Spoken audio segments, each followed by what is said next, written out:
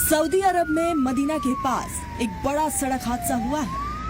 इस हादसे में 40 से ज्यादा हिंदुस्तानियों की मौत की खबर है। ये सभी लोग हैदराबाद से सऊदी अरब उमरा के लिए गए थे। हैदराबाद की मक्का ट्रेवल्स कंपनी की तरफ से उमरा के लिए भेजे गए थे। दरअसल पीर की रात उमरा करने गए लोगों से भरी बस मक्का से मदीना जा रही थी। इसी दौरान हिंदुस्तानी वक्त के मुताबिक देर रात तकरीबन 1:30 बजे मुफरिहात इलाके में यह हादसा पेश आया। हादसा इतना शदीद था कि टक्कर के फौरन बाद बस में आग लग गई। हादसे की खबर सुनते ही हैदराबाद में मरने वालों के अहले खाना ट्रैवल कंपनी के बाहर जमा हुए और सरकार से मदद की अपील की। एक बहुत बड़ा दर्दनाक हादसा है। बहुत सारे लोग नामपल्ली के भी उसमें फैमिलीज हैं जो मेरी कॉन्स्टिट्यूंसी में आते हैं जो इस हादसे का शिकार हुए। मैं बस अल्लाह से यही दुआ करूंगा कि अल्लाह उन सबकी मगफिरत करे, उनके घर वालों को सब्र जमील अता करे। और सुबह में जैसा फैमिली मेंबर्स असदुद्दीन अवीसी साहब से बात करे, असदुद्दीन अवीसी साहब ने फौरी तौर पर वहां पे इंडियन कॉन्सुलेट से बात करते हुए वहाँ पे नुमाइंदगी हमने शुरू की और हमने हमारे तरफ से भी 1-2 जनों को फौरी तौर पे वहाँ पे भेजा। मुतासिर अहले खाना ने बताया कि जैसे ही उन्हें इस हादसे की जानकारी मिली, उन्होंने सरकार से अपील की है कि किसी तरह उनके करीबियों की लाशों को जल्द से जल्द हिंदुस्तान लाया जाए। जो है हमारे हैदराबाद से एक काफिला 45 to 46 मेंबर का मतलब हैदराबाद से उम्रे के लिए गया हुआ था मक्का मुकर्रमा सऊदी अरबिया। मदीने मुनव्वरा पहुंचने से पहले 25 किलोमीटर पहले एक वाकया पेश आया, हादसा हुआ, बस जल चुकी है। ऐसी वीडियोस और फोटोस हम तक पहुंची। जैसे फोटोस पहुंची हम travel agent Al Makkah tours and travels के पास पहुंचे, इनसे बात की। फिर हमने असद साहब को कॉल किया। बैरिस्टर असदुद्दीन अवीसी साहब ने मुझसे खुद बात की और वहाँ के आला अहदेदारों से बात की, वहाँ की एम्बेसी से जो भी है बात की। फिर मुश्ताक साहब से बात करके जफर साहब को भी यहाँ भेजा गया है। अभी देखते हैं सिचुएशन क्या है। वहाँ की कोई इन्फॉर्मेशन अभी तक तो इतनी ही आई है। 7 मेंबर से टोटल 20 मेंबर से वो लोग गए। सो हमारे साड़ू के दोस्त वगैरह वो लोग भी थे। उसमें 7 जने हमारे फैमिली के हैं, हमारे ससुरे है, हमारे साड़ू है, साली है और बच्चा है उनका और एक साड़ू 8 दिन पहले गए थे लास्ट वीक अल मक्का ट्रैवल्स।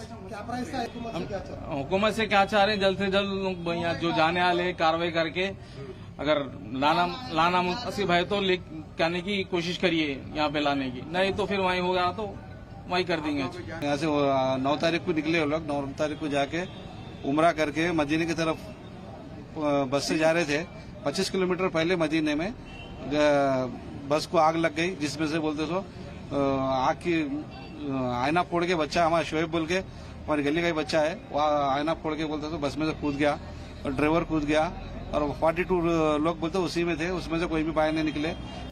तेलंगाना गवर्नमेंट से रिक्वेस्ट है कि आप इसके लिए कार्रवाई करिए, कार्रवाई करके हमारे जो गुजर चुके हैं उनके लिए करिए। और मेरे खाला भी है, मुरादनगर में रहते वो, उनकी बेटी है, उनका भी इंतकाल हो गया। वहाँ पे टोटल 5 मेंबर्स है फैमिली के हमारे पास, ऑल टुगेदर 5 मेंबर्स है पूरों का। मालूम हुआ कि फजर में वहाँ पे हादसा हुआ और वहाँ पे नाइट 1:30 के करीब हुआ। वो कुछ टैंकर से एक्सीडेंट हुआ उनका बस का। और हम गवर्नमेंट से अपील है कि बॉडीज और कुछ हेल्प हो जाता है जल्द से जल्द हेल्प करिए। और हमारे MP साहब से, असदुद्दीन अवीसी साहब से और हमारे लोकल लीडर MLA साहब, उनसे भी हम कांटेक्ट में जा रहे हैं। हैदराबाद से MP असदुद्दीन ओवैसी ने भी बताया कि तेलंगाना सरकार लगातार सऊदी हुकूमत के साथ राब्ते में है और हर मुतासिर लोगों की हर मुमकिन मदद की जाएगी। ये मुझे भी खबर अभी मालूम हुई है कि हैदराबाद के 2 ट्रैवल एजेंसी, एक fly zone tours and travels और अल मक्का हज एंड उमरा के 42 हाजी मक्का से मदीना जा रहे थे बस में। और बस को आग लगने से मालूम हुआ कि सिर्फ एक शख्स की जान बची है, कंफर्म नहीं है। बात कह रहे हैं कि पूरों का इंतकाल हो गया। तो मैंने इंडियन एम्बेसी रियाद में जो DCM है अबू मैथन जॉर्ज साहब से मेरी बात हुई और उन्होंने मुझसे कहा कि कौंसल जनरल जिद्दा भी और वो खुद इस पर मालूमात हासिल कर रहे हैं और जो भी ज़रूरी कार्रवाई करना है वो करेंगे।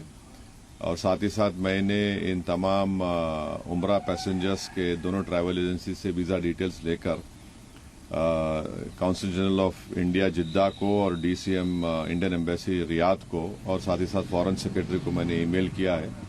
मेरी भारत सरकार से और ख़ास तौर से एक्सटर्नल अफेयर्स मिनिस्टर से जयशंकर साहब से ये रिक्वेस्ट है कि वो इमीडिएटली इस पर देखें और अगर जिन लोगों की डेथ हुई है उनके परिवार ये चाह रहा है कि उनकी डेड बॉडीज जल्द से जल्द इंडिया को लाई जाए और अगर कोई उसमें जख्मी है तो उनको अच्छी से अच्छी वहाँ पर उनको इलाज हो सके। ये मैं रिक्वेस्ट करता हूँ हमारे एक्सटर्नल अफेयर्स मिनिस्टर से और भारत सरकार से। कांग्रेस लीडर राशिद अलवी ने इस हादसे पर अफसोस का इजहार किया है। देखिए, बहुत ही तकलीफ की खबर है और वो सब लोग इबादत के लिए सऊदी अरबिया गए होंगे और पता करना चाहिए उसमें कितने हिंदुस्तानी हैं और कितने बाहर के हैं, लेकिन हमारी तमाम परिवारों के साथ सहानुभूति है। और वहाँ की जो मक्के से मदीना तक की सड़कें हैं बहुत साफ़ सुथरी और बहुत शानदार बनी हुई हैं। उन पे एक्सीडेंट होना बहुत ताज्जुब की बात है, लेकिन रियाज में जो हमारी एम्बेसी है उसकी जिम्मेदारी है कि उनकी डेड बॉडीज़ को कलेक्ट करे और भारत पहुंचाए। मेरी तमाम तर सहानुभूति उनके परिवारों के साथ है जिन्होंने अपने प्यारों को खो दिया है। हादसे में जिन लोगों की मौत हुई है उनके नाम भी सामने आए हैं। रहीम उनीसा, रहमत बी, शहनाज बेगम, गौसिया बेगम, मोहम्मद मौलाना, शोएब मोहम्मद, सोहेल मोहम्मद, परवीन बेगम, मस्तान मोहम्मद, जकिया बेगम, शौकत बेगम, फरहीन बेगम, जहीन बेगम, मोहम्मद मंजूर, मोहम्मद अली, कदीर मोहम्मद। सऊदी अरब में इंडियन कॉन्सुलेट जनरल ने एक हेल्पलाइन नंबर जारी किया है।